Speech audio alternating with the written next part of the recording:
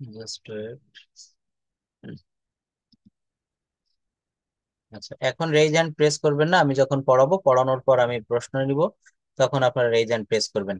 আমরা একটু টেন্সের পরে, মানে টেন্সের পরে বলতে শেষের দিকে যে টেন্স গুলো ছিল আমাদের, ফিউচার টেন্স নিয়ে একটু কথা বলতে চাই। কারণ আমি দেখেছি ফিউচার পারফেক্ট টেন্স, এমনকি future continuous, future perfect, future perfect continuous, এই তিনটা টেন্সে কিন্তু আমাদের অনেকেরই সমস্যা থাকে। আমরা যখন ভবিষ্যতের কোনো বাক্য বলতে চাই, simple future tense, future tense হচ্ছে মূলত ভবিষ্যৎকালকে ইন্ডিকেট করে। কি কে ইন্ডিকেট করে? ভবিষ্যৎকাল, আমি কাজটি করব, আমি ভাত খাবো, হুম, সে বিদ্যালয়ে যাবে। অর্থাৎ এখানে প্রেজেন্ট টেন্সের একটা বাক্য যদি দেখি, আমি স্কুলে যাই, আই গো টু স্কুল, একটা বাক্য দিয়ে তিনটা বাক্য বলেন প্রেজেন্ট ইনডেফিনিট টেন্স, আমি স্কুলে যাই। ফার্স্ট ইনডেফিনিট হবে আমি স্কুলে গিয়েছিলাম, আই ওয়েন্ট টু স্কুল, কি হবে? আই ওয়েন্ট টু স্কুল, আমি স্কুলে গিয়েছিলাম। আর ফিউচার ইনডেফিনিট কি হবে? আমি স্কুলে যাব। তো বলা হচ্ছে কোনো কাজ ভবিষ্যৎকালে সংগঠিত হবে, এরূপ বোঝালে ফিউচার ইনডেফিনিট টেন্স হবে। চিনিবার উপায় কি? বাংলা ক্রিয়াপদের সাথে বে, বি, ব, বেন আমার সঙ্গে সবাই বলবেন। ভাষাটা শিখতে গেলে, আমি অনেকবার করে আপনাদেরকে বলেছি, ভাষাটা শিখতে গেলে সব সময় নিজের মুখ, if you don't open your mouth you can't learn your language. মুখ না খুললে, if you want to speak English fluently, at first you have to open your mouth all time. আপনি রাত্রে যখন ঘুমাবেন, ঘুমের ঘোরেও কিন্তু আপনাকে ইংরেজি বলা লাগবে, এমনটা প্র্যাকটিস করতে হবে আপনাকে। এইভাবে যারা প্র্যাকটিস করতে পারবেন, অবশ্যই আমি বললাম ইংরেজি শিখতে পারবেন। তো যে যেখানে বসে ক্লাস করছেন আমার সঙ্গে একটু বলবেন, বাংলায় চিনিবার উপায় কি? বে, বি, ব, বেন থাকে। আমরা এখানে যারা ক্লাস করছি কেউই কিন্তু আমরা এখানে ইংরেজ না, আমরা সবাই বাঙালি। তো আমরা যে কোনো কথা বলতে গেলে আগে দেখবেন আমাদের ব্রেনে কিন্তু বাংলায় চলে আসে। তো কিভাবে? বে, বি, ব, বেন, বাংলা ক্রিয়াপদের শেষে এইগুলা থাকে। সাবজেক্টের পর পার্সন অনুসারে শ্যাল বা উইল বসে এবং ভার্বের প্রেজেন্ট ফর্ম ব্যবহৃত হয়। দেখেন ফিউচারের কিন্তু আলাদা কোনো ফর্ম হয় না। যেমন গো মানে যাওয়া, আর আমি যদি বলি আমি গিয়েছিলাম, তখন কি হবে? আই ওয়েন্ট, আই ওয়েন্ট, আমার সাথে বলেন আই ওয়েন্ট, আমি গিয়েছিলাম। দেখবেন প্রাইমারি লেভেলে কিন্তু আমরা টিচারদের সঙ্গে ক্রস করতাম। ক্রস বোঝেন তো আপনারা? আমরা নামতা পড়তাম না, এই নামতা পড়ার মতো আমাদের এক সহপাঠী পড়তো, তার পিছনে পিছনে আমরা সুর টেনে টেনে গাইতাম। তো এখন কিন্তু বর্তমান বিশ্বে এই ক্রস পদ্ধতিতে এটা কিন্তু পড়াটা শেখার একটা সর্বোত্তম পন্থা। আমি দুই তিনবার বলেছি, আপনারাও আমার সাথে দুই তিনবার বলবেন, I went to school, I went to school, I went to market. তো এই যে গো থেকে যেমন ওয়েন্ট আসলো পাস্ট ইনডেফিনিট টেন্সে, ফিউচারে এরকম কোনো ফর্ম কিন্তু থাকে না। ফিউচারে এই ধরনের কোনো ফর্ম থাকে না। সেখানে কি করতে হয়? সেখানে শ্যাল উইল যোগ করতে হয় সাবজেক্ট অনুসারে। যেমন এই যে শ্যাল বা উইল বসে এবং ভার্বের প্রেজেন্ট রূপ প্রথম ব্যবহৃত হয় সাধারণত পার্সনের সাথে শ্যাল, ফার্স্ট পার্সনের সাথে শ্যাল, আচ্ছা সেকেন্ড ও থার্ড পার্সনের সাথে উইল বসে মডার্ন গ্রামার অনুযায়ী সর্বত্র। এই সেন্টেন্সটা সবাই মনে রাখবেন, আজকেই সবাই প্রয়োগ করবেন। কি বলা হচ্ছে? বর্তমান রিসেন্ট যে গ্রামার বইগুলা, এতে সব সব জায়গায় কিন্তু উইল এর ব্যবহার করা হয়। তো বলছে আমি ইংরেজিতে কথা বলবো, I will speak in English, আমি ইংরেজিতে কথা বলবো, I will speak in English. সে ফুটবল খেলবে, হি উইল প্লে ফুটবল। তারা স্কুলে যাবে, they will go to school. আপনাদেরকে এখন কি করতে হবে? নিজে মনে মনে এই যে তিনটা ফিউচার টেন্সের বাক্য বলেছি, এইখান থেকে আপনি মিনিমাম 10টা বাক্য বলবেন। আমি ইংরেজিতে কথা বলবো, আমি ঢাকায় যাব, আমি একটা নতুন জামা কিনবো, আমি একটা নতুন ব্যবসা শুরু করব, তারা ফুটবল খেলবে, সে বাড়ি আসবে। এই ধরনের বাক্যগুলোকে আপনাকে কি করতে হবে? নিজে নিজে মুখে ড্রিল করতে হবে। আমি ল্যাঙ্গুয়েজ ড্রিলটাতে আসবো একটু পরে আপনাদেরকে নিয়ে, দেখেন কত সহজে কথা বলা শেখা যায়। ল্যাঙ্গুয়েজ ড্রিল পার্ট 1, হ্যাঁ, অনেক গবেষণা লব্ধ আমাদের একটা ফসল এটা। সে একটি গাড়ি চালায়, সে একটি গাড়ি চালিয়েছিল, সে একটি গাড়ি চালাবে, সে একটি গাড়ি চালাইতেছে বা চালাচ্ছে, সে একটি গাড়ি চালাচ্ছিল, সে একটি গাড়ি চালাতে থাকবে, সে একটি গাড়ি চালিয়েছে, সে একটি গাড়ি চালিয়েছিল হসপিটালে যাওয়ার আগে, পাস্ট পারফেক্ট টেন্স। সে একটি গাড়ি চালিয়ে থাকবে, সে সকাল থেকে একটি গাড়ি চালাচ্ছে, সে 5 দিন ধরে একটি গাড়ি চালাচ্ছিল, সে আগামী 7 দিন ধরে গাড়িটি চালাতে থাকবে, সে একটি গাড়ি চালাতে পারে। এই ল্যাঙ্গুয়েজ ড্রিলটা যারা পারবেন তারা অবশ্যই অবশ্যই ইংরেজিতে ফ্লুয়েন্টলি কথা বলতে পারবেন, ফ্লুয়েন্সিটা চলে আসবে আপনাদের। তো এখানে ফিউচার ইনডেফিনিট টেন্স, এরপর যেটা আমরা দেখবো সেটা হচ্ছে ফিউচার কন্টিনিউয়াস টেন্স। এখানে আমি ফিউচার ইনডেফিনিট টেন্সের কয়েকটা বাক্য দিয়েছি, আপনারা একটু গঠন করে আমাকে বলবেন। যেমন দেখেন, future simple tense, affirmative, I write a letter, I wrote a letter, I will write a letter. তো এই প্রেজেন্ট ফর্ম আর পাস্ট ফর্ম বলা লাগবে না, শুধু এইটা বলবেন, I will write a letter, I will sing a song. এখানে উই ব্যবহার করবেন, we will sing a song, you will watch TV, হ্যাঁ, he will know him, they will play football. অর্থাৎ এখান থেকে আমাদেরকে মুখে মুখে প্র্যাকটিস করার যাত্রাটা শুরু করতে হবে। ফজলুল ভাইয়া প্রথমে একটু পড়বেন প্লিজ, এই ফিউচারের আপনি যত বাক্য জানেন এটা একটু বলবেন please. Can you hear me? হুম, এই বাক্যগুলো এখান থেকে পড়তে হবে। আচ্ছা, সবাই মিউট করে রাখেন প্লিজ। হুম No, এখানে দেখেন অনেকেই কিন্তু আনমিউট করছেন, আমি অনেককে বলিনি, আমি ফজলুল ভাইয়াকে বলেছি উনিই একমাত্র কথা বলবে, আমরা সবাই শুনবো। সবাই মিউট করে রাখেন নিজ দায়িত্বে প্লিজ। সবার ফোন এবং ল্যাপটপটা একটু চেক করেন। হ্যাঁ, মিউট করে রাখেন। হ্যাঁ ভাইয়া একটু পড়বেন, ফজলুল ভাইয়া এখানে শুধু ফিউচারের বাক্যগুলো বলবেন। এই যে আই দিয়ে করবেন, ইউ দিয়ে করবেন, হি দিয়ে করবেন। হ্যাঁ, শুরু করেন প্লিজ। আচ্ছা, হ্যাঁ পড়ুন। এখান থেকে আপনি পড়ে ফেলবেন যে ফিউচারের বাক্যগুলো বলতে হবে। প্লিজ আনমিউট করেন, আপনি মিউট করে ফেলেছেন। হ্যাঁ, আনমিউট করে এই বাক্যগুলো পড়বেন। হ্যাঁ, আই উইল, বাংলা বলবেন, বাংলা বলবেন please. I will write a letter, আমি একটা চিঠি লিখবো। I will write a letter, আমি একটি চিঠি লিখবো। We will write a letter, আমরা একটা চিঠি লিখবো। হুম, you will write a letter, তুমি একটি চিঠি লিখবে। হুম, he will write a letter, সে একটি চিঠি লিখবে। হুম, she will write a letter, সে একটি চিঠি লিখবে। হুম, they will write a letter, তারা একটি চিঠি লিখবে। হুম, it will write a letter, ইহা কি একটি চিঠি লিখবে? ইহা একটি চিঠি লিখবে। হুম। Rana will write a letter, Rana একটি চিঠি লিখবে। রানা উইল এই রাইট এ লেটার, হ্যাঁ। তারপর ঠিক আছে, এই রানা পর্যন্ত। একটি চিঠি লিখবে। আচ্ছা, এইবার আপনি যেহেতু এটা পেরেছেন, আপনি অবশ্যই এটা পারবেন। ল্যাঙ্গুয়েজ ড্রিলটা একটু প্র্যাকটিস করি। যেমন এখানে আমরা ফিউচার টেন্স পাবো, পাস্ট টেন্স পাবো, আমরা শুডের ব্যবহার, উডের ব্যবহার পাবো। সে একটি গাড়ি চালায়, হি ড্রাইভস আ কার। সে একটি গাড়ি চালায়। হি ড্রাইভস আ কার, সে একটি গাড়ি চালিয়ে ছিল। হি হি ড্রোভ, ড্রোভ আ ড্রাইভের পাস্ট কার, ফর্ম হবে drove, he drove a car. He drove a car, সে একটি গাড়ি চালিয়েছিল। সে একটি গাড়ি চালাবে। He will be drive a car, he will drive a car, সে একটি গাড়ি চালাইতেছে বা সে একটি গাড়ি চালাচ্ছে। He is driving a car. Thank you. Present continuous tense, হ্যাঁ ভালো হয় টেন্সটা মনে মনে বলবেন বা ভেবে যাবেন। যাই হোক, 5 নাম্বার, সে একটি গাড়ি চালাইতেছিল বা চালাচ্ছিল, পাস্ট কন্টিনিউয়াস, হি ওয়াজ, সে একটি গাড়ি চালাইতেছিল, চালাচ্ছিল। হি was writing a car, he was driving, say he was একটি driving a car. She was driving a car, সে একটি গাড়ি চালাতে থাকবে। He will be driving a car, সে একটি গাড়ি চালিয়েছে। He has driven a car. দেখেন সব টেন্স কিন্তু প্র্যাকটিস হয়ে যাচ্ছে। তারপর 8 নাম্বার, সে একটি গাড়ি চালিয়েছিল হসপিটালে যাওয়ার আগে, পাস্ট পারফেক্ট টেন্স। সে সে একটি গাড়ি চালিয়েছিল হসপিটালে যাওয়ার আগে।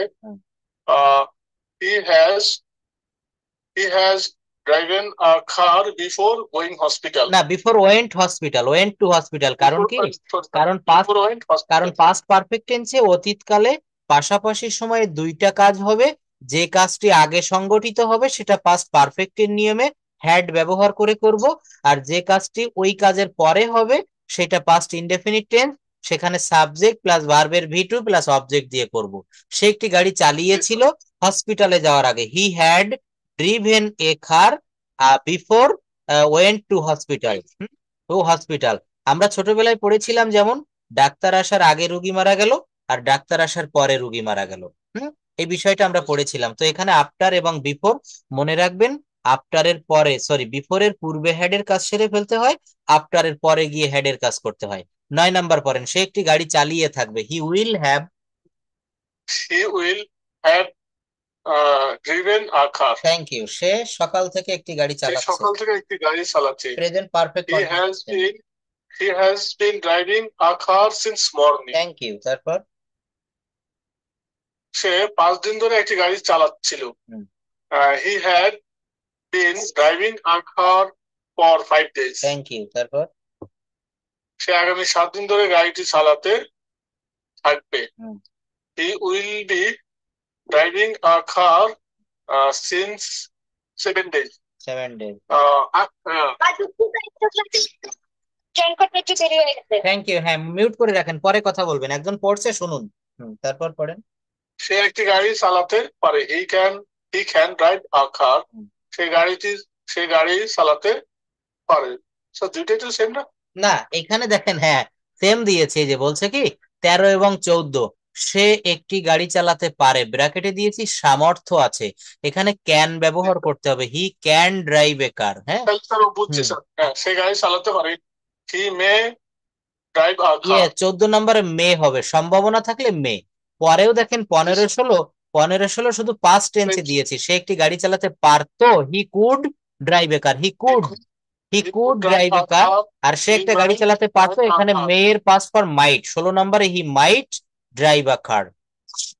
সে একটি গাড়ি চালাইতো, তখন কি হবে? সে একটি গাড়ি চালাতো। he would drive a car. হ্যাঁ, সে একটি অবশ্যই গাড়ি চালাবে। সে একটি গাড়ি অবশ্যই চালাবে। he must drive a car.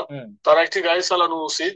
he should drive a car. সে একটি গাড়ি চালানোর সাহস করে। he dare drive a car. He dare to দিতে হবে, he dare to drive a car. হ্যাঁ, গাড়ি চালানোর সাহস করে, তার একটি গাড়ি চালানো প্রয়োজন, he need to drive a car. তাকে একটি গাড়ি চালাতে হয়। he is to drive a car.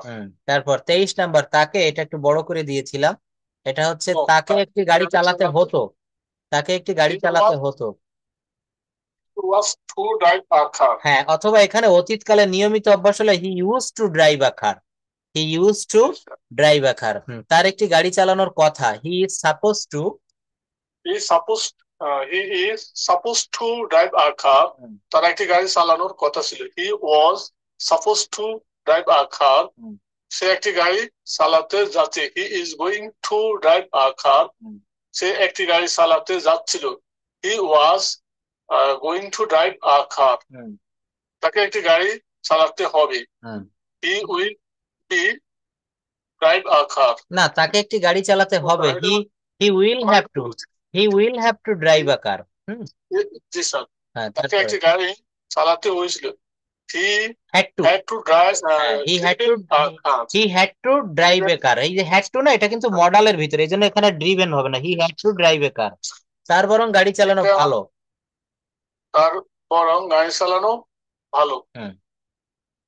Sir এটা আমার মনে আসতেছে না। ধন্যবাদ। এটা হচ্ছে তার বরং গাড়ি চালানো, he would better drive a কার অথবা he had better drive a car. হ্যাঁ, উড রাদার অথবা হ্যাড বেটার, এই দুইটার অর্থই হচ্ছে বরং। হ্যাঁ, মনে রাখবো একটু। পরেরটা পারি আমি। হ্যাঁ, একটি গাড়ি চালাতে চাই। he wants to drive a car. Thank you. He wants to drive a car. দেখেন 31টা বাক্য করেছি 31 রকমের স্ট্রাকচার দিয়ে, তাই না? এখান থেকে কি বুঝি আমরা, যদি এই ল্যাঙ্গুয়েজ ড্রিল, এটাকে বলে দেখেন ল্যাঙ্গুয়েজ ড্রিল পার্ট 1, 15টা শীট করেছে এইভাবে, 15 দিন আপনি যদি প্র্যাকটিস করেন। এবং আরো একটা বিষয় দেখেন, সে একটি গাড়ি চালায়, এই দিকে যদি আমি একটু দেখাই, সে একটি গাড়ি চালাতে চায়, এইটা না বলে আপনি এখানে বলতে পারেন সে একটি বাড়ি তৈরি করতে চায়, সে ঢাকায় যেতে চায়, সে একটা গাড়ি কিনতে চায়, সে একটা নতুন জামা কিনতে চায়, ছেলেরা মাঠে ফুটবল খেলতে চায়, ছেলেরা মাছ ধরতে চায়। এই যে ভার্বের পরিবর্তন, সাবজেক্টের পরিবর্তন, অবজেক্টের পরিবর্তন, এই পরিবর্তনটা যখন আপনি নিজে নিজে ঘটাতে পারবেন, তখন আপনি ফ্লুয়েন্টলি কথা বলতে পারবেন। দেখেন কতগুলো বাক্য, 31টা বাক্য। এই 31টা বাক্য দিয়ে আমি 3100 বাক্য তৈরি করতে পারি, ইনস্ট্যান্টলি আমি পারি। কিভাবে পারি? আমার যদি ভার্ব জানা থাকে, আমার যদি সাবজেক্ট জানা থাকে। কথাটা আপনাদের বিশ্বাস হয়? এইখান থেকে অনেক বাক্য তৈরি করা যায়। এখানে দেখেন আরো রয়েছে ল্যাঙ্গুয়েজ ড্রিল, এইটা আমি লিখে ডট ডট ডট দিয়েছি, আর লেখিনি, এগুলো আপনারা করবেন। তুমি ফুটবল খেলো, তুমি ফুটবল খেলেছিলে, তুমি ফুটবল খেলোনি, তুমি কি ফুটবল খেলেছিলে? এখানে আরো আছে দেখেন, সে একটি চিঠি লেখে। ফজলুল ভাই আর একটু পড়েন এগুলা। সে একটি চিঠি লেখে। সে একটি চিঠি লেখে। he writes a letter. সে একটি চিঠি লেখে না। he doesn't write a letter. সে কি একটি চিঠি লেখে? does he write a letter? সে কি একটি চিঠি লিখে না। doesn't he write a letter? সে কখন একটি চিঠি লেখে? when does he write a letter? সে কখন চিঠি লেখে না? When doesn't he write a letter? সে কোনো চিঠি লেখে? সে কেন চিঠি লেখে? Why does he write a letter? সে কেন চিঠি লেখে না? Why doesn't he write a letter? সে কোথায় একটি চিঠি লেখে? Where does he write a letter?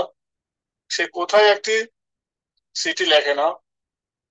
Where doesn't he write a letter? সে কিভাবে একটি চিঠি লেখে?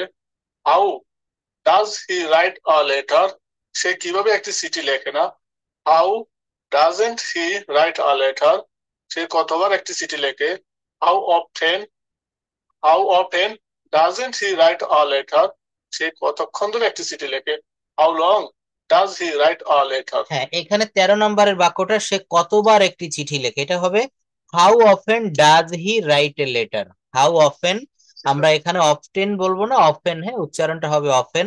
How often does he write a letter, how often does he write a letter. How often does he eat rice, সে কতবার ভাত খায়। How often does he go outside, সে কতবার বাইরে যায়। How often does he talk with her girlfriend, হ্যাঁ এখানে হাউ অফেন দিয়ে করতে হবে কতবার, আর কতক্ষণ এটা হলে হাউ লং হবে, কি হবে হাউ লং, কতক্ষণ, সে কতক্ষণ ধরে একটি চিঠি লেখে। How long does he write a letter, মনে রাখবেন হাউ লং আর হচ্ছে হাউ অফেন, দুটো জিনিস মনে রাখবেন। তো এখন আমি আপনাদেরকে এই যে বাক্যগুলো, হ্যাঁ অবশ্যই আমি প্রশ্ন নিব, এই বাক্যগুলো আপনাদেরকে আমি প্র্যাকটিস করাবো। যারা ক্লাসে জয়েন করেছেন প্লিজ চলে যাবেন না, অনেক কিছু শিখতে পারবেন। তো দেখেন, একজন পড়লো, প্রায় নিখুঁত ভাবে পড়েছে। এখন আমি চাই সবাই এইভাবে পড়বেন, কারণ আমরা এখানে সবাই কিন্তু চাই, মনে প্রাণে চাই ভাষাটায় কথা বলতে।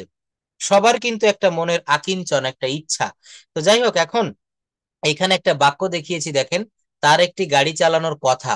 কোথায় যেন ছিল, এই যে 24 নাম্বার, দেখেন তার একটি গাড়ি চালানোর কথা। ক্যান ইউ সি ইট? আচ্ছা, তো এইখানে কথা, কোনো কিছু করার কথা রয়েছে, কোনো কিছু আপনি করবেন, সাবজেক্টকে কোনো কিছু করার কথা, তখন আপনাকে কি ব্যবহার করতে হবে? Am to, is to, are to, এগুলো ব্যবহার করতে হয়। Just wait. আচ্ছা, তো কি বলছিলাম, এইখানে দেখেন এই যে বাক্যগুলো অনেকের কাছে কিন্তু কঠিন মনে হতে পারে, বিন্দু মাত্র কঠিন না। বলছে যে সাবজেক্টকে বর্তমানে কোনো কিছু করতে হয়। আমরা অনেকেই এই রুলটার সাথে পরিচিত, আবার অনেকেই রয়েছি পরিচিত না। ক্রিয়ার সঙ্গে তে হয় যুক্ত থাকলে সেই ধরনের বাক্যকে ইংরেজি করার জন্য am to, is to, are to ব্যবহার করতে হয়। নিম্নে এই ধরনের বাক্যের ইংরেজি করার স্ট্রাকচার দেওয়া হলো। প্রেজেন্ট টেন্স হলে am to, is to, are to. রুমাকে প্রত্যহ রান্না করতে হয়, Ruma is to cook rice daily. রহিমকে কি প্রত্যহ অফিসে যেতে হয়? Is Rahim to go to office everyday? ছাত্রদেরকে প্রচুর পড়াশোনা করতে হয়, students are to study much. আচ্ছা, তারপর রুমাকে রান্না করতে হয় না, রুমা ইজ নট টু। দেখেন খুবই সহজ একটা বাক্য। প্রথমে পড়েছিলেন কি, Ruma is to cook rice, রুমাকে রান্না করতে হয়। আরেকটা কি পড়ছেন, রুমাকে রান্না করতে হয় না। তো ইজ এর পরে শুধু নট যোগ করতে হবে। তো আমি এই রুলগুলো একটু পরে দেখাবো, একটা ধারাবাহিকতা মেনটেন করতে চাচ্ছি। এখানে ফিউচার টেন্স থেকে আমি এই জায়গায় চলে এসেছিলাম, এর একটা কারণ রয়েছে। কারণ হচ্ছে কি, আমরা টেন্স শিখলাম কিন্তু টেন্সের প্রয়োগ আমি করতে পারলাম না। আমি নতুন একটা জামা কিনে এনেছি, কিন্তু জামা গায়ে দিব সেই ধরনের কোনো অনুষ্ঠান, ওকেশন আমি পাচ্ছি না। ওই জামাটা, ওই শার্টটা, ওইটা তো আমার ঘরে বসে থেকে নষ্ট হয়ে যাবে। আপনি মনে করেন সারাদিন, অনেকে আছেন আমরা সারাদিন বাসায় থাকি, আপনি হোম মেকার, একজন হাউস ওয়াইফ, একটা সুন্দর শাড়ি কিনেছেন। তা নতুন শাড়ি কি কেউ বাসার ভিতরে এমনি এমনি পরে? পরে না। কোনো অনুষ্ঠান উপলক্ষে কোনো পার্টিতে আপনি যাবেন, সেখানে পরবেন। তো আমাদেরকে এগুলো ব্যবহার করতে হবে। এটা হচ্ছে ফিউচার ইনডেফিনিট টেন্স। দেখেন, সে ফুটবল খেলে, সে ফুটবল খেলেছিল, সে ফুটবল খেলবে। তৃতীয় নাম্বারে যে বাক্যটা, সে ফুটবল খেলবে, কি হবে? হি উইল প্লে ফুটবল। তারা ইংরেজিতে কথা বলে, দে স্পিক ইন ইংলিশ। তারা ইংরেজিতে কথা বলেছিল, দে স্পোক ইন ইংলিশ। তারা ইংরেজিতে কথা বলবে, they will speak in English. এই স্পিকের পূর্ব পাশে এখানে শ্যাল উইল যোগ করলে এটা কিন্তু ফিউচার ফর্ম হয়ে যায়। তারা ইংরেজিতে কথা বলবে, they will speak in English. তারপর রয়েছে দেখেন, I play football, I don't play football. এখানে সব নেগেটিভ ইন্টার, এই বক্স গুলো কিন্তু আপনাদের শেখার জন্য খুবই সহায়ক আমি মনে করি। তো আমরা ফিউচার টেন্সের বাদ বাকি বিষয়গুলো একটু দেখবো, প্লিজ জাস্ট ওয়েট।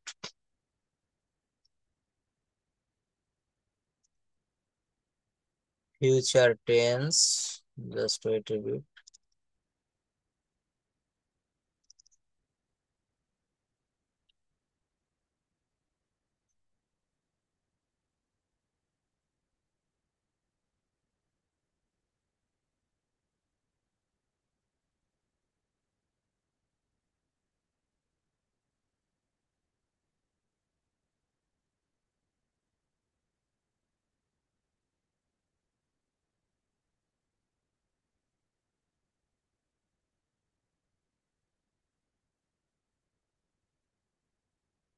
দেখেন, কনজুগেশন অফ ভার্বটা কিন্তু আমাদের খুব ভালো করে জানবেন সবাই। এখানে কনজুগেশন অফ ভার্বের অনেকগুলো শিট দিয়েছিলাম। তো এখানে যে বিষয়গুলো দেখাতে চাচ্ছিলাম, ফিউচার কন্টিনিউয়াস টেন্স। হ্যাঁ, ফিউচার কন্টিনিউয়াস টেন্সের অর্থ হচ্ছে চলমান ভবিষ্যৎকাল, চলমান বা ঘটমান ভবিষ্যৎকাল। আমি বাড়ি যেতে থাকবো, আমি ভাত খেতে থাকবো, তারা কাজটি করতে থাকবে। এই ধরনের বাক্যগুলোকে বলা হচ্ছে ফিউচার কন্টিনিউয়াস টেন্স। অর্থাৎ এখানে শ্যাল বি বা উইল বি হচ্ছে এদের প্রধান চিহ্ন। কি হবে বলেন? শ্যাল বি বা উইল বি। শ্যাল বি বা will be future continuous tense. অর্থাৎ কোনো কাজ ভবিষ্যতে হতে থাকবে এরূপ বুঝালে এর কালকে ফিউচার কন্টিনিউয়াস টেন্স বলে। হুম ভবিষ্যৎকালে সাবজেক্ট প্লাস শ্যাল বি বা উইল বি কি হবে বলেন? সাবজেক্ট প্লাস শ্যাল বি বা উইল বি প্লাস মূল ভার্বের সাথে আইএনজি। আমি করতে থাকবো, আই শ্যাল বি ডুইং। তুমি করতে থাকবে, ইউ শ্যাল বি ডুইং। আমরা তোমার জন্য অপেক্ষা করতে থাকবো, we shall be waiting for you. We shall be waiting for you. আচ্ছা, এইবার দেখেন বাক্য তৈরি করব। যেমন I am, I was, I will be. তো এখান থেকে আপনাকে কোনটা নিতে হবে? এই উইল বিটা বেছে নিতে হবে। I will be writing a letter, we will be playing cricket, you will be driving a car, he will be singing a song, she will be joining the party, they will be drawing a picture. অর্থাৎ এখানে এই বাক্যগুলো future continuous tense ব্যবহার করে আপনাকে এই বাক্যগুলো করতে হবে। Future continuous tense. এরপর আমরা একটা দেখবো, সেটা হচ্ছে ফিউচার পারফেক্ট টেন্স। কোনটা দেখবো? Future perfect tense. একটু খেয়াল করলে আমরা পাবো ফিউচার পারফেক্ট টেন্স। ভবিষ্যতে কোনো কাজ, কি বলছে দেখেন, আমরা সবাই এটা শুনেছি অনেকবার। ভবিষ্যতে কোনো কাজ, একটি কাজের পূর্বে আরেকটি কাজ সংগঠিত হয়ে থাকবে। অথবা সিম্পল ফিউচার পারফেক্ট যদি হয়, যেমন আমি কাজটি শেষ করে থাকবো, তারা অঙ্কটি করে থাকবে, এমন বুঝালে ভবিষ্যৎকালে কোনো একটি কাজের পূর্বে আরেকটি কাজ শেষ হয়ে থাকবে, এমন বুঝালে তাকে ফিউচার পারফেক্ট টেন্স বলে। দুটি কাজের মধ্যে যে কাজটি আগে হবে, মনে রাখবেন এই জায়গায় আমরা অনেকেই কিন্তু ভুল করে বসে থাকি। কি বললাম? ভবিষ্যৎকালে দুটি কাজের মধ্যে যে কাজটি আগে হবে সেটা ফিউচার পারফেক্ট টেন্স। সাবজেক্টের পর পার্সন অনুসারে শ্যাল হ্যাভ বা উইল হ্যাভ বসবে এবং তারপরে ক্রিয়ার পাস্ট পার্টিসিপল বসবে। বৃষ্টি আরম্ভ হওয়ার পূর্বে আমরা বাড়ি পৌঁছাই, পৌঁছিয়েছিলাম বলা যাবে না। বৃষ্টি আরম্ভ হওয়ার পূর্বে আমরা বাড়ি পৌঁছাই, কি হবে? We shall have reached home before it rains. এই যে দেখেন, সবাই একটু খেয়াল করেন, এই বিফোর বা আফটারের পরে যে অংশটা, এটা সর্বদা প্রেজেন্ট ফর্মে হবে। কোন ফর্মে হবে? প্রেজেন্ট ফর্মে। We shall have reached home before it rains. ভবিষ্যতে কোনো নির্দিষ্ট সময়ে কোনো কাজ সম্পন্ন হয়ে থাকবে বুঝালে ফিউচার পারফেক্ট টেন্স হয়। আমি বিকাল 5টার মধ্যে কাজটি শেষ করে ফেলবো, I shall have finished the work by 5 p.m. দেখেন এই যে ওয়ার্ক, এই যে I shall have finished the work by 5 p.m. Future perfect tense. মনে রাখবেন, এটা হচ্ছে future perfect tense. You will have watched TV. এই বাক্যটা কি হয় বলেন তো? বাংলা বলেন, কেউ পারবেন? You will have watched TV, তুমি টিভি দেখে থাকবে। অর্থাৎ ভবিষ্যৎকালেই কাজটি শেষ হয়ে থাকবে, তুমি টিভি দেখিয়া থাকবে। He will have, he will have, কি হবে? WILL, he will, HAVE, he will have driven a car, সে একটা গাড়ি চালিয়ে থাকবে। তাহলে এটা হচ্ছে ফিউচার পারফেক্ট টেন্স। আর আরেকটা রয়েছে ফিউচার পারফেক্ট কন্টিনিউয়াস টেন্স। হ্যাঁ, ফিউচার পারফেক্ট কন্টিনিউয়াস টেন্স একটু ভালো করে দেখবেন। প্রেজেন্ট পারফেক্ট কন্টিনিউয়াস টেন্স যেমন রয়েছে, পাস্ট পারফেক্ট কন্টিনিউয়াস টেন্স রয়েছে, ফিউচার পারফেক্ট কন্টিনিউয়াস টেন্স রয়েছে। কোনো কাজ পূর্বে শুরু হয়ে এখনো চলছে এমন বোঝালে প্রেজেন্ট পারফেক্ট কন্টিনিউয়াস টেন্স। আর ফিউচার পারফেক্ট কন্টিনিউয়াস টেন্সটা কেমন হয় দেখেন, এটাও খুব সহজ। ফিউচার পারফেক্ট কন্টিনিউয়াস টেন্স চলমান কোনো কাজকে, আবার শুনবো, চলমান কোনো কাজকে বোঝায় যা ভবিষ্যতের কোনো নির্দিষ্ট সময় ধরে ঘটতে থাকে। আমি একটু আগে আপনাদের যে ল্যাঙ্গুয়েজ ড্রিল প্র্যাকটিস করিয়েছি, এই ল্যাঙ্গুয়েজ ড্রিল কেউ যদি ভালোভাবে পারতে চান, এখানে যদি আপনি দক্ষতা বা খুব স্পন্টেনিয়াসলি ফ্লুয়েন্টলি বলতে চান, তাহলে এই ল্যাঙ্গুয়েজ ড্রিল পারতে গেলে আপনাকে এই টেন্স গুলো পারতে হবে। একটু আগে ফজলুল ভাইয়া যখন পড়েছে দেখেছেন ওখানে পাস্ট পারফেক্ট টেন্স ছিল, হ্যাঁ, ফিউচার পারফেক্ট টেন্স থাকবে, ফিউচার পারফেক্ট কন্টিনিউয়াস টেন্স থাকবে। তো বলছে ফিউচার পারফেক্ট কন্টিনিউয়াস টেন্স চলমান কোনো কাজকে বোঝায় যা ভবিষ্যতের কোনো নির্দিষ্ট সময় ধরে ঘটতে থাকবে।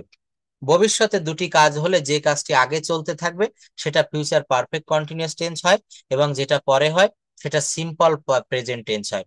আবার মনে রাখবেন, ভবিষ্যৎকালে দেখেন এই কথাগুলো যারা মনে রাখতে না পারে তারা পারে না, অনেকেই ভুল করে, আমি দেখেছি খুব ভালো পারে, কিন্তু present perfect tense, present perfect continuous tense, past perfect tense, past perfect continuous tense, future perfect tense, future perfect continuous tense, এই জায়গাগুলোতে প্রায়ই তারা ভুল করে থাকে, আমি অনেককে দেখেছি এইটা। তো কি বলছে, ভবিষ্যতে দুটি কাজ হলে যে কাজটি আগে চলতে থাকবে সেটা ফিউচার পারফেক্ট কন্টিনিউয়াস টেন্স হবে, এবং যেটা পরে হবে সেটা সিম্পল প্রেজেন্ট টেন্স হবে। ফিউচার টেন্স শিখতেছি, কিন্তু এখানে আবার প্রেজেন্ট ইনডেফিনিট টেন্স, যেটাকে সিম্পল প্রেজেন্ট টেন্স বলে, এটা কিন্তু চলে এসেছে, মনে রাখবেন। ভবিষ্যৎকালে দুটি কাজ, যারা পারেন না আবারও বলছি একটু শুনে রাখেন। ভবিষ্যৎকালে দুটি কাজ, দেখেন অনেক জায়গায় আমরা পড়েছি, অনেকে এখানে আছেন অনেকদিন আগে লেখাপড়া ছেড়ে দিয়েছেন, চাকরিতে আছেন, বিভিন্ন কারণে বাইরে রয়েছেন। তো এই জিনিসগুলা অনেক কষ্ট করে আপনাদের সামনে তুলে ধরছি, আপনারা একটু দেখবেন। আরো একটা সুবিধা পাবেন, ক্লাস রেকর্ড গুলো দেখবেন, এই পিডিএফ গুলো পাবেন, এখান থেকে আপনারা সুন্দরভাবে আরামসে শিখতে পারবেন। অনেকেরই কিন্তু এই জায়গাটায় সমস্যা, আমি জানি। ভবিষ্যতে দুটি কাজ হলে যে কাজটি আগে চলতে থাকবে সেইটা ফিউচার পারফেক্ট কন্টিনিউয়াস টেন্স হয়, আর যেটা পরে চলতে থাকবে সেইটা, যেটা পরে চলতে থাকবে সেইটা সিম্পল প্রেজেন্ট টেন্স হয়। সেটা কি হয়, সিম্পল প্রেজেন্ট টেন্স। এখানে ফিউচার হবে না, মনে রাখবেন। অনেকে বলে ফেলে যে স্যার ওই পাস্ট পারফেক্ট টেন্সের মতো, তো যে একটা হচ্ছে পাস্ট পারফেক্ট টেন্স আর পরেরটা হচ্ছে পাস্ট ইনডেফিনিট টেন্স। নো, এইখানে হচ্ছে যেটা আগে হবে সেটা ফিউচার পারফেক্ট কন্টিনিউয়াস টেন্সের নিয়মে হবে শ্যাল হ্যাভ বা উইল হ্যাভ, এরপর ভার্বের পর আইএনজি, আর বাকিটা হবে প্রেজেন্ট ইনডেফিনিট টেন্স। খুব ভালো করে মনে রাখবেন আপনারা এই জায়গাটা, অনেকেই কিন্তু মনে রাখতে পারেন না, বাক্য যখন প্র্যাকটিক্যালি বলার অনুরোধ করি তখন ভুল করেন। I will have been doing the work, ভালো করে দেখেন, I will have been doing the work, এইটুকের বাংলা কি, আমি কাজটি করতে থাকবো। I will have been doing the work, আমি কাজটি করতে থাকবো কিভাবে, until you return, until you return, তুমি ফিরে না আসা পর্যন্ত। এই যে আনটিল ইউ রিটার্ন, এইটুক হচ্ছে প্রেজেন্ট ইনডেফিনিট টেন্স। অর্থাৎ ফিউচার পারফেক্ট কন্টিনিউয়াস টেন্স শিখতে গেলে একটা হবে ফিউচার পারফেক্ট কন্টিনিউয়াস টেন্সের নিয়মে, আর যে কাজটি পরে হবে সেইটা হবে প্রেজেন্ট ইনডেফিনিটের নিয়মে। অনেক জটিল বিষয় ভেঙে খুব সহজ করে বুঝিয়ে দিলাম, আশা করি সবাই বুঝতে পেরেছেন। এখন আপনাদেরকে আমি নিয়ে যাব এই ভার্বের সঙ্গে, প্রেজেন্ট মানে টেন্স শিখালাম, এই টেন্সের সঙ্গে ওতপ্রোতভাবে যে যা জড়িত সেটা হচ্ছে use of be verb, use of do verb এবং use of have verb. Use of be verb, do verb এবং হ্যাভ ভার্ব, এইটা শেখানোর পর আমি আপনাদের ল্যাঙ্গুয়েজ ড্রিল প্র্যাকটিস করাবো, সবাই খুব মন দিয়ে দেখবেন। তো বি ভার্ব ডু ভার্বের আগে আমি আপনাদেরকে একটু হ্যাভ ভার্বটা সম্পর্কে বলতে চাই। হ্যাভ, এই হ্যাভের কয়টা ফর্ম রয়েছে, কিভাবে আসলো, হ্যাভটা কোথা থেকে তৈরি হলো, এটা আমরা একটু দেখব। তো সবাই একটু দেখতে থাকবেন please, just wait a bit.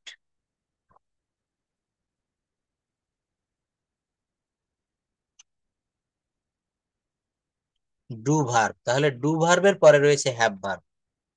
Have ভার্বটা কেন দেখাচ্ছি, আমরা এই হ্যাভের প্রত্যেকটা ভার্বের কিন্তু 5টি করে ফর্ম হয়, আমরা জানি হচ্ছে 3টি।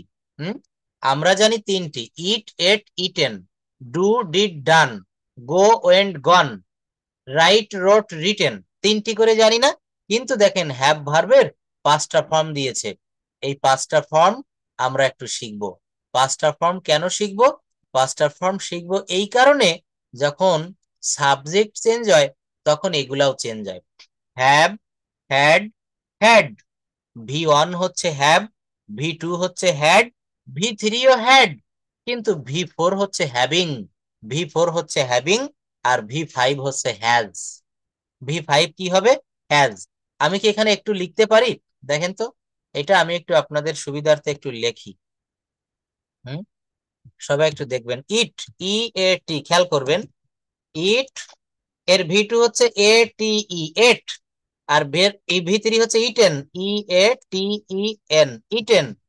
আর এর আইএনজি ফর্ম হচ্ছে ইটিং, E-A-T-I-N-G, ইটিং, ইট, এট, ইটিং।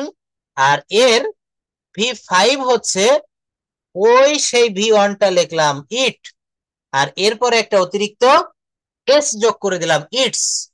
তাহলে V1 যা, V5 ও তা, শুধু একটা এস যোগ করেছি। কিন্তু হ্যাভ ভার্বে আমি তো এখানে লিখতে পারতাম হ্যাপস, কি এখানে লেখা যেত না?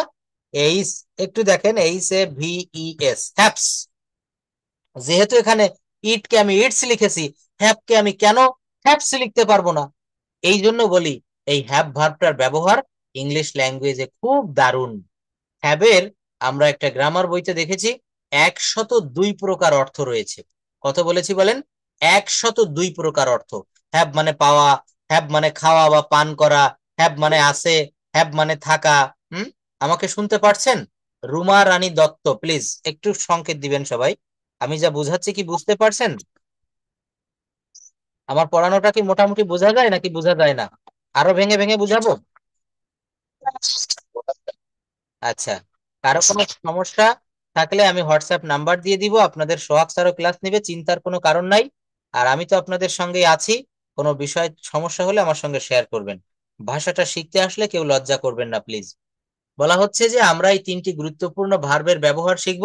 এখন আমরা দেখব হ্যাভ ভার্বের, হ্যাভ যখন মেইন ভার্ব হিসেবে ব্যবহার করা হয়। বলছে আমরা জানি যে হ্যাভ এর অনেক অর্থ আছে। হ্যাভ, এই যেটাও জানি হ্যাজ শব্দটা ব্যবহৃত হয় যখন কোনো সেন্টেন্সের subject third person singular number হয়, তখন হ্যাড এর অর্থ হচ্ছে ছিল, হ্যাড।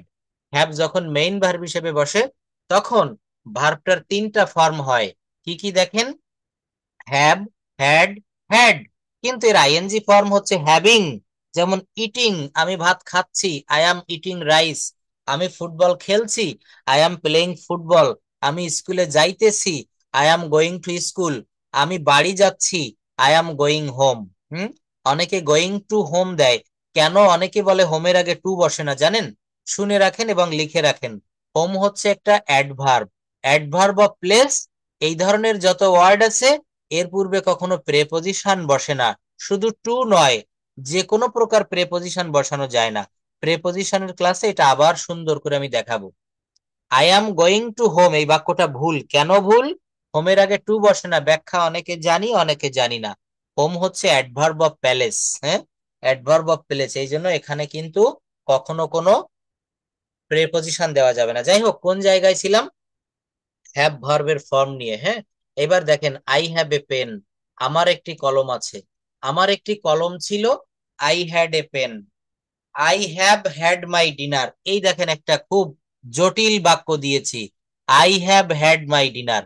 এ আবার কোন ধরনের বাক্য? অনেকের মাথা ঘুরে গেল, তাই না? এটা মাথা ঘোরার কোনো দরকার নাই।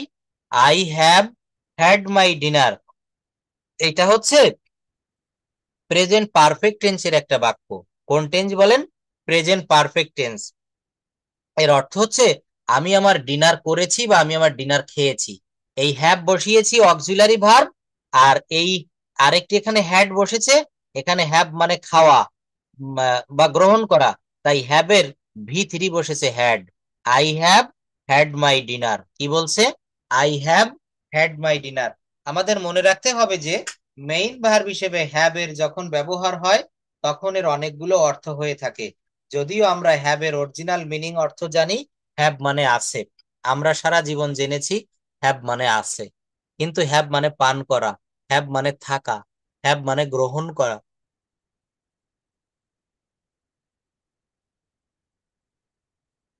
কোথায় কোথায় কোন কোন বাক্য বসে দেখেন। Just here you can see ownership অর্থ মালিকানা। এই হ্যাভ দিয়ে কিন্তু কখনো কখনো মালিকানা বুঝায়। We have a car, we have a car, আমাদের একটা গাড়ি আছে। রিলেশনশিপ কখন বোঝায়? Karim has a wife and two kids, Karim has a wife and two kids, করিমের একজন স্ত্রী এবং দুইটা বাচ্চা। ফিচার কখন বোঝায়? Characteristic, Ruma has a fantastic singing voice, Ruma has a fantastic singing voice. Illness কখন বোঝায়? I have a really bad headache today, I have a really bad headache today. Experience কখন হয়? I hope you have a great time at the party. Eating অথবা drinking, দেখেন এটা অনেকেই কিন্তু জানি আবার অনেকে জানি না। My colleagues, my colleagues usually have lunch at 1 PM, আমার সহকর্মী বৃন্দ একটার সময় লাঞ্চ করে। এখানে have, usually have, usually have, ভালো করে লক্ষ্য করবেন প্লিজ।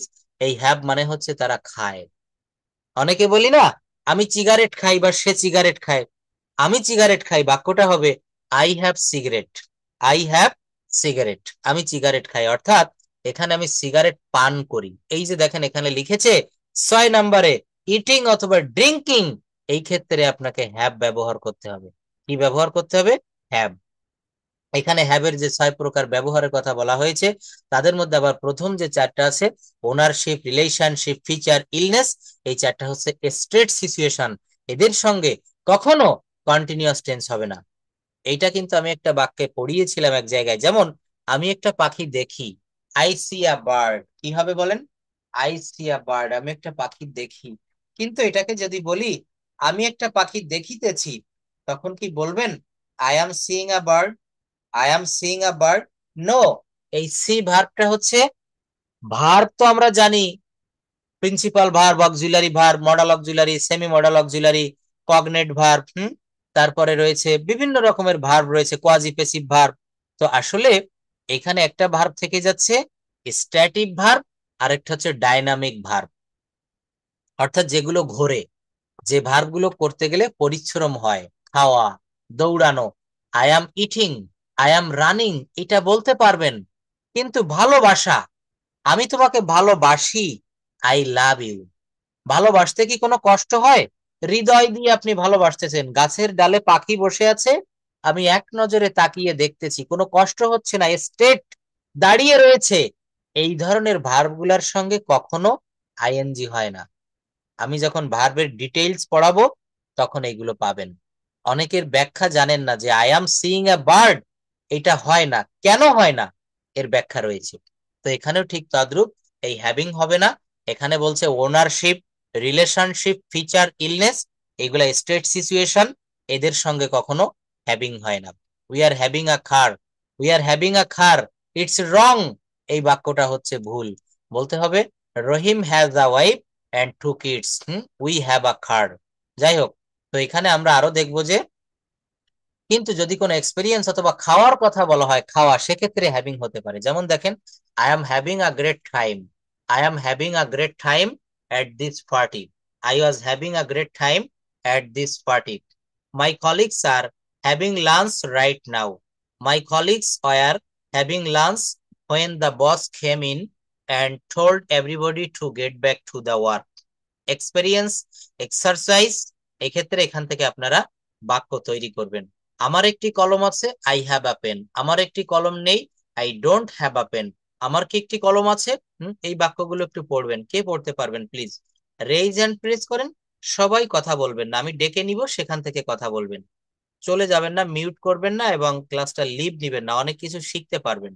এই যে দেখেন কোথায় আইএনজি হয় কোথায় হয় না, এটা আমরা কেন পারি না। আফজালুর রহমান, প্লিজ একটু আনমিউট করেন তো, আফজাল ভাইয়া, জি হ্যাঁ, স্যার। Thank you. বাক্যগুলো পড়ে ফেলেন। আমার একটি কলম আছে, আই হ্যাভ আ পেন, আমার একটি কলম আছে, আই হ্যাভ এ পেন। আমার একটি কলম নেই, I don't have a pen. আমার কি একটি কলম আছে, do I have a pen. আমার কি একটি কলম নেই, don't I have a pen. রহিমের একটি গাড়ি আছে, রহিম হ্যাজ এ কার। রহিমের একটি গাড়ি নেই, Rahim Rahim doesn't doesn't have have a a car. Car. হ্যাঁ, দেখেন এই বাক্যটা পড়েছেন, রহিম হ্যাজ এ কার। হ্যাঁ, আপনি যখন আমেরিকায় যাবেন, অস্ট্রেলিয়ায় যাবেন, কানাডায় যাবেন, ইউকে তে যাবেন, তখন ওরা একটু একটু দ্রুত বলে, রহিম হ্যাজ এ না, রহিম হ্যাজা, হ্যাজা, রহিম হ্যাজা কার। এই সি কে কিউ, কোন ওয়ার্ডের শুরুতে যদি সি কে কিউ এইগুলা থাকে, তাহলে সেখানে খ উচ্চারণ করতে হয়, খ। Rahim has a car, Rahim has a car. রহিমের একটি গাড়ি আছে। রহিমের একটি গাড়ি নেই, রহিম ডাজেন্ট হ্যাভ আ কার। রহিমের কি একটি গাড়ি আছে? রহিম ডাজ, রহিম তাহলে এখান থেকে পড়েন, রহিমের একটি গাড়ি নেই, রহিম ডাজেন্ট। রহিমের একটি গাড়ি নেই, রহিম ডাজেন্ট হ্যাভ এ কার। রহিমের কি একটি গাড়ি আছে? Does Rahim have a car. রহিমের কি একটি গাড়ি নেই, doesn't Rahim have a car. Ruma একটি ছেলে ছিল, রুমার একটা ছেলে ছিল, Ruma had a son. Ruma had a son, রুমার একটা ছেলে ছিল। আর যদি বলি রুমা একজন ছেলে ছিল, তখন কি হবে? হ্যাড এর পরিবর্তে ওয়াজ হবে। কি হবে? ওয়াজ। আমার একটা ক্লাসে, হ্যাঁ, আমি রুমা ছেলে হয় না, রুমা মেয়ে হবে। হ্যাঁ, তো মনে করেন আমি বললাম যে রুমা একজন ছেলে ছিল, তখন সাবজেক্ট যদি, মনে রাখবেন, সবাই শুনে রাখেন, সাবজেক্ট যদি নিজে কখনো কোনো কিছু থাকে, মানে ছিল, প্রেজেন্ট টেন্স হলে was am is are, past tense হলে ওয়াজ আর। আমি একজন ডাক্তার ছিলাম, আই ওয়াজ এ ডক্টর। আমি একজন ডাক্তার ছিলাম, আই ওয়াজ এ ডক্টর। আমার একজন ডাক্তার ছিল, আই হ্যাড এ ডক্টর। একজনকে বলেছিলাম যে বলতো আমার পিতার একটি কুকুর ছিল, তো সে বাক্যটা বলেছিল my father was a dog. কি বলেছিল? My father was a dog. কত বড় একটা ভুল বাক্য! এটার অর্থ কি? My father was a dog, আমার পিতা কুকুর ছিল। কুকুর ছিল। পিতা কি কখনো কুকুর হয়? পিতাকে এত নিচে বা এত নিকৃষ্ট কথা বলা যাবে না, তো বলতে হবে my father had a dog, my father had a dog. কত সূক্ষ্ম ব্যাখ্যা দেখেছেন? এই ধরনের বিয়েগুলো জানতে হবে, আর নয় কথা বলতে গেলে, নির্ভুল ভাবে লিখতে গেলে আমরা কিন্তু পারবো না। আবার শুনবেন, সাবজেক্ট যখন নিজে থাকে বা ছিল, তখন যদি পাস্ট টেন্সে হয় অজয়ের। রুমার একটা ছেলে ছিল, হয়তো সে এখন নাই, বা সে বিদেশে চলে গিয়েছে, Ruma had a son, Ruma had a son. রুমার কোনো ছেলে ছিল না, রুমার কোনো ছেলে ছিল না, রুমা ডিডন্ট হ্যাভ এনি সন। পরের বাক্যগুলো পড়েন, রুমার কি কোনো ছেলে ছিল? রুমার কি কোনো ছেলে ছিল? Hmm did Ruma have a son? হুম রুমার কি কোনো ছেলে ছিল না? Did not Ruma have a son? Did not Ruma have a son, রুমার কি কোনো ছেলে ছিল না। এখানে আরো অনেক এক্সারসাইজ দিয়েছি, এই এক্সারসাইজ গুলো আপনারা একটু করবেন। হ্যাঁ, এক্সারসাইজ না করলে, এগুলো এক্সারসাইজ না, মূলত এগুলোকে বলা হয় ইনার সাইজ। এক্সারসাইজ হচ্ছে বাহিরের ব্যায়াম। আমরা যখন ভোরবেলায় জগিং করতে বের হই, আপনি কোনো জিমে যাচ্ছেন ব্যায়াম করতে, ওইটাকে মূলত এক্সারসাইজ বলে। আর এইগুলোকে ইনার সাইজ বলে। আমাদের ব্রেনের ভিতরে ব্রেন স্টর্ম হয়, ব্রেনে তো আর আঙুল দিয়ে নাড়িয়ে দেওয়া যায় না, এইগুলা এই প্র্যাকটিস ইনার সাইজ বলে। এগুলো আপনারা করবেন, প্র্যাকটিস করবেন, দেখবেন এখান থেকে অনেক ব্রেন স্টর্মিং হবে। আসলে কথা বলা শিখতে গেলে শুধু গ্রামার শিখলে হবে না, মুখে কথার ফুল ঝুরি ঝরাতে হবে। হুম সব সময় প্র্যাকটিস করতে হবে। ডু ভার্বটা একটু দেখাবো, ডু। আমরা জানি যে ডু, ডাজ, ডিড এই তিনটা ভার্ব আমাদের কাছে খুবই পরিচিত। সেন্টেন্সে একটি ভিন্ন ভিন্ন স্ট্রাকচার অনুযায়ী বিভিন্ন ভাবে বসে থাকে। এই ভার্ব গুলো কখনো সেন্টেন্সকে নেগেটিভ করে, কখনো ইন্টারোগেটিভ করে। আমরা একটু দেখবো, ডু ভার্বেরও কিন্তু হ্যাভ ভার্বের মতো পাঁচটা ফর্ম রয়েছে। কয়টা ফর্ম দেখেন? পাঁচটা ফর্ম। আমি আপনাদেরকে সারা জীবন আমরা তিনটা ফর্ম পড়ে এসেছি, পাঁচটা ফর্মের একটা শীট দিব। এটা রেডি হচ্ছে, পাঁচটা ফর্ম দিয়ে দিব। এই পাঁচটা ফর্মের শীট কেন জানতে হয়? এই যে দেখেন, ডু ভার্বের V5 হচ্ছে ডাজ, ডু এর পর ইএস যুক্ত হয়েছে, এটা আমরা সবাই জানি। কিন্তু হ্যাভ ভার্বের তো থার্ড পারসন ফর্ম হ্যাভস হওয়ার কথা, কিন্তু আমরা কেবল দেখে এসেছি হ্যাভ ভার্বের থার্ড পারসন হচ্ছে হ্যাজ। হ্যাভ ভার্বের থার্ড পারসন কি হয়? হ্যাজ। আচ্ছা, ওই জায়গাটা একটু ক্লিয়ার করতে পারিনি, আমি আরেকটু দেখাই। আমি যে জন্য আপনাদেরকে হ্যাভ ভার্বটা দেখাচ্ছিলাম, সেইটা একটু দেখাই, জাস্ট ওয়েট।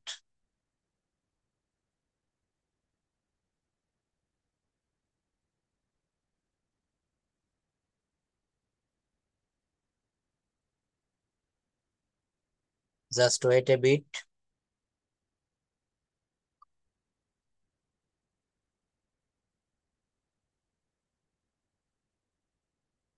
দেখেন, এই হ্যাভ ভার্বটার এই হ্যাজটা কখন কাজে লাগে, আমি এইখানে একটা ব্যাখ্যা দিতে চেয়েছিলাম, এটা ভুলে গেছিলাম। যেমন হ্যাজ, হুম এখানে আমি একটা বাক্য লিখবো, সবাই একটু খেয়াল করবেন প্লিজ। আমি এখানে একটা সেন্টেন্স লিখবো, যেমন একটা বাক্য লিখলাম, মনে করেন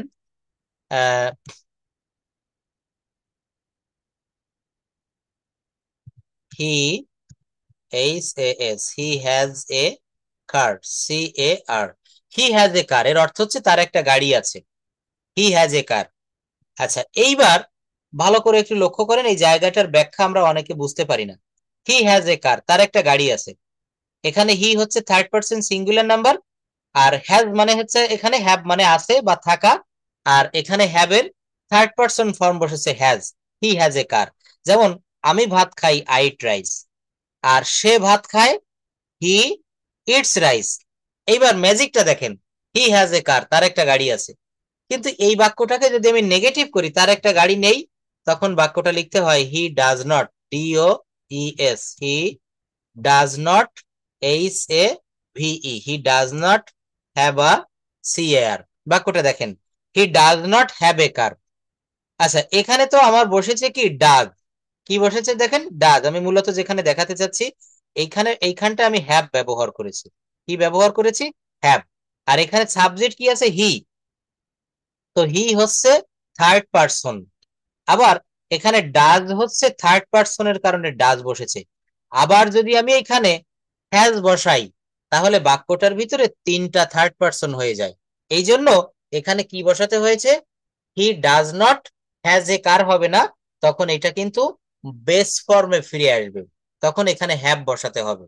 আর এটাকে যদি ইন্টারোগেটিভ বলি, তখন হবে কি, ডাজ হি হ্যাভ এ কার। দেখেন এখানে হি এর পরে হ্যাজ বসিয়েছি, হি হ্যাজ। তাহলে এখানেও তো মনে করেন এই যে ডাজ নট হ্যাজ এ কার, এমনটি হওয়ার কথা। কিন্তু এখানে ডাজ বসার কারণে এই যে এই ভার্বের যে ফর্মটা, হ্যাভ ভার্বের, এটা বেস ফর্মে ফিরে আসবে। He has a car, he does not have a car, he does not have a car, does he, does he have a car, doesn't he have a car. অর্থাৎ এখানে বাক্যগুলো আমাদেরকে ঠিক এইভাবে একটু প্র্যাকটিস করতে হবে। হ্যাভ ভার্বের পাঁচটা ফর্মের পরে আমরা এখানে দেখতেছিলাম যে do verb, do, does, did, doing. এই ভার্বগুলো আমাদের কখন, কোথায়, কিভাবে কাজে লাগে। ডু মানে করা, ডিড মানে করেছিল, ডান মানে করিয়াছে, ডুইং মানে হচ্ছে করিতেছে, আর ডাজ, এই ডু ভার্বের থার্ড পারসন ফর্ম হচ্ছে ডাজ। আমি আমার কাজ করি, আই ডু মাই ওয়ার্ক। সে তার কাজ করে, হি ডাজ হিজ ওয়ার্ক।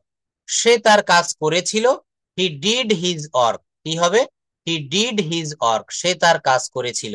সে তার কাজ করেছে, he has done his work. আমরা ভালো করে লক্ষ্য করি, সে তার কাজ করেছে, হি হ্যাজ ডান। এই যে হ্যাজ বসেছে, মনে রাখবেন, হ্যাজ, হ্যাভ, হ্যাড, এই তিনটা বসলে সেখানে ভার্বের V3 হয় সর্বদা।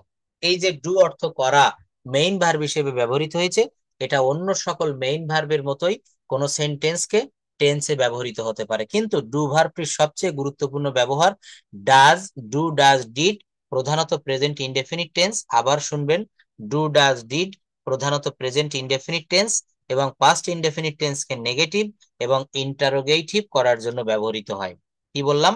নেগেটিভ এবং ইন্টারোগেটিভ করার জন্য এগুলা ব্যবহৃত হয়। আচ্ছা, এইবার দেখেন কিভাবে সেটা হয়। আই অ্যাম ইটিং রাইস, আমি ভাত খাইতেছি। আমি ভাত খাইতেছি না, খুবই সহজ, একেবারে ছোট একজন বাচ্চা মানুষও পারবে এই অ্যাম এর পরে নট বসাতে হবে। I am not, I am not, I am not eating rice. নটটা কোথায় হবে? অক্সিলারি ভার্বের পরে। পৃথিবীতে যত রকমের কন্টিনিউয়াস টেন্স আছে, আপনি অ্যাফার্মেটিভ থেকে নেগেটিভ করতে পারবেন এই নিয়মে। আই অ্যাম ইটিং রাইস, আমি ভাত খাচ্ছি। I am not eating rice, আমি ভাত খাচ্ছি না। আপনাকে কেউ প্রশ্ন করেছে what are you doing now, আপনি বলছেন I am eating rice now, I am learning English now, I am going to Dhaka now. আর যখন নেগেটিভ করবেন তখন কি হবে? I am not going to Dhaka, I am not eating rice, he is playing football, he is not playing football, they are watching TV, they are not watching TV. এগুলো খুব primary লেভেলের পড়া, আপনারা এটা পারবেন। মেইন জায়গাটা আমি দেখাই। যখন এই বাক্যগুলাকে আপনি প্রশ্নবোধক করবেন, তখন কি হবে? আই অ্যাম ইটিং রাইস, আমি ভাত খাইতেছি। আমি কি ভাত খাইতেছি? Am I eating rice, am I eating rice?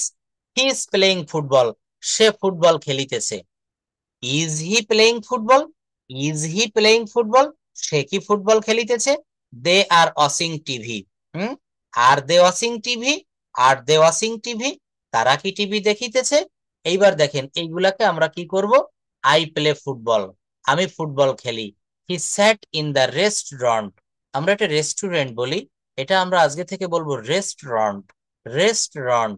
Vegetable না, vegetable, vegetable.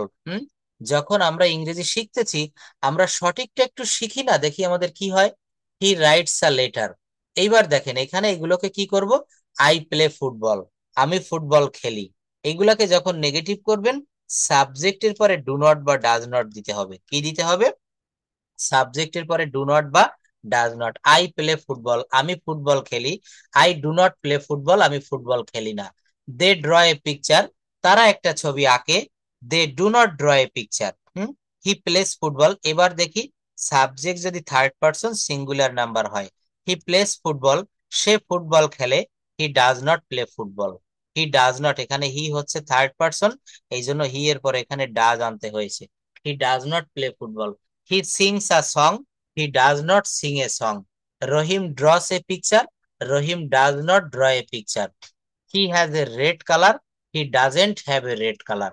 He doesn't have a red color. তাহলে আমরা এখন দেখলাম যে প্রেজেন্ট ইনডেফিনিট টেন্স থেকে থার্ড পারসন করলে কি করতে হয়। কিন্তু যখন পারসন পরিবর্তন হয়, আই প্লে ফুটবল, আমি ফুটবল খেলি। আমি কি ফুটবল খেলি, এখানে পারসন যেহেতু আই, ফার্স্ট পারসন, এখানে ডু আনতে হবে। ডু আই প্লে ফুটবল, আমি কি ফুটবল খেলি। দে ড্র এ পিকচার, তারা একটা ছবি আঁকে। Do they draw a picture, তারা কি একটি ছবি আঁকে। Do they draw a picture. You eat rice, তুমি ভাত খাও। ডু ইউ ইট রাইস, তুমি কি ভাত খাও। আই রাইট এ লেটার, আমি একটা চিঠি লিখি। Do I right a letter, এইখানে আপনারা এগুলো একটু প্র্যাকটিস করবেন। হ্যাঁ, আই প্লেড ফুটবল, আমি ফুটবল খেলেছিলাম। I did not, past indefinite টেন্সের কোনো বাক্যকে নেগেটিভ করতে গেলে, পাস্ট ইনডেফিনিট টেন্সের কোনো বাক্যকে নেগেটিভ করতে গেলে সাবজেক্টের পরে ডিড নট দিতে হয়। I did not play football, আমি ফুটবল খেলিনি। I did not play football, আমি football খেলিনি।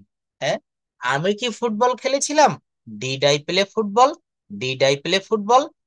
He drew a picture, সে একটা ছবি এঁকেছিল। He did not drew a picture, সে একটি ছবি আঁকেনি। Did he draw a picture, did he draw a picture. এই ধরনের বাক্যকে এখানে আরো অনেক ধরনের প্র্যাকটিস দিয়েছি, এগুলো আপনারা একটু প্র্যাকটিস করবেন। এবং আপনাদের এখান থেকে হোমওয়ার্ক হিসাবে আমি বি ভার্বটা পড়া দিয়ে রাখছি।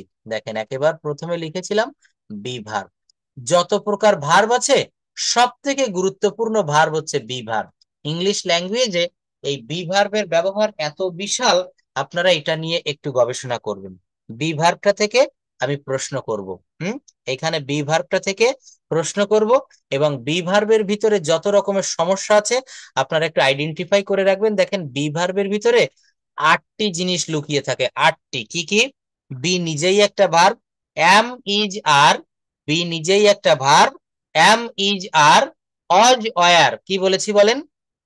M is are, was were, be been being, be been being. এখন এই প্রত্যেকটার ব্যবহার, যেমন দেখেন সাবজেক্ট যদি আই হয়, সাবজেক্ট যদি আই হয়, গুরুত্বপূর্ণ আলোচনা, সাবজেক্ট যদি আই হয় তখন এম বসে, আই অ্যাম। সাবজেক্ট যদি হি বা শি বা ইট হয় তখন ইজ বসে, he is, she is. Subject যদি উই ইউ দে হয় তখন আর বসে, তখন কি বসে, আর বসে। আমাদের মনে রাখতে হবে যে am is are, was were, be been being, এইগুলা দিয়ে বাক্য তৈরি করতে হবে। আর আমি আপনাদের আরো একটা বিষয় দিব, সব থেকে ইম্পর্ট্যান্ট জিনিস, এই ল্যাঙ্গুয়েজ ড্রিল। ল্যাঙ্গুয়েজ ড্রিলটা আপনারা একটু করবেন। এই ল্যাঙ্গুয়েজ ড্রিল করতে পারলে আপনাদের কথা আর আটকে যাবে না।